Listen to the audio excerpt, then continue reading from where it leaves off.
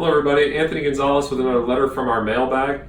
This one comes from Cindy in Rocky River, and she writes, Anthony, I saw your recent vote against H.R. 6. What is your problem with the bill, and why do you not stand up for Dreamers?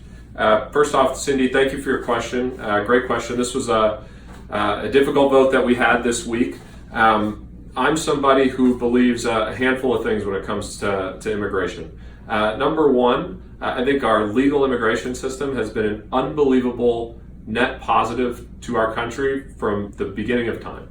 My family immigrated here from Cuba in 1960, came through legal channels, have lived the American dream. I am so supportive of immigrants who want to come to the country legally and play by the rules and assimilate and contribute to the fabric of our country. I think it's an amazing gift that we have as Americans, and it's unique. Most countries do not have a history of successful legal immigration like the United States does.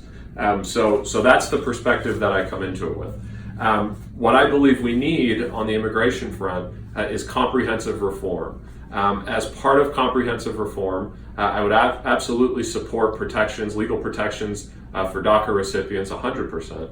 But in addition, we also need to close some of the loopholes in our immigration system. We need to secure the border, and we have a horrible humanitarian crisis going on at the border today. It is one of the worst things I've ever seen in my life. The president requested $4.5 billion for humanitarian aid to take care of this migrant crisis of what's going down on the border, and we haven't even had a whiff that this is going to be entertained. This isn't money that would go towards a wall. This is money that would go towards taking care of those who are trying to come to the country and are seeking asylum. So I think that's a huge crisis that we need to take on. We also absolutely need to secure the border, and we need to make sure that we're treating everybody fairly who wants to come in. The reason why I voted against this specific bill is threefold, really. Number one, it would have expanded pretty much without limit the folks who could claim DACA recipient status. All you would have to do is have a signed affidavit. Those are pretty easy to manufacture and forge. And so, I don't think that's the most trustworthy bit.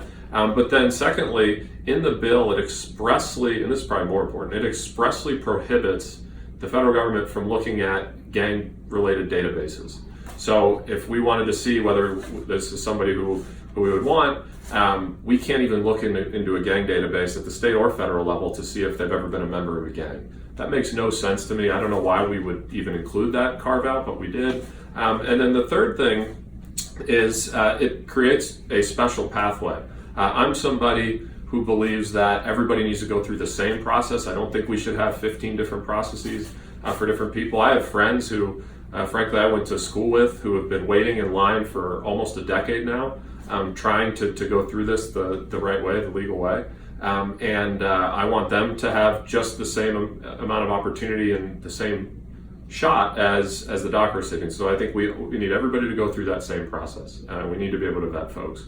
And so for that reason, or for those reasons, I voted against the bill. But what I would encourage you to think about and to ask other representatives, not just myself for, is to demand that we take on immigration in a comprehensive bipartisan way. If you look at the vote on this bill, it largely broke on party lines. That's not because Republicans don't want to protect DACA recipients. That is because the process was a pure partisan process that was rushed to the floor without taking input from anybody. And that is unfortunate, because I know that the DACA recipients feel like they're in limbo. The courts have stepped in and basically said that their status will be honored.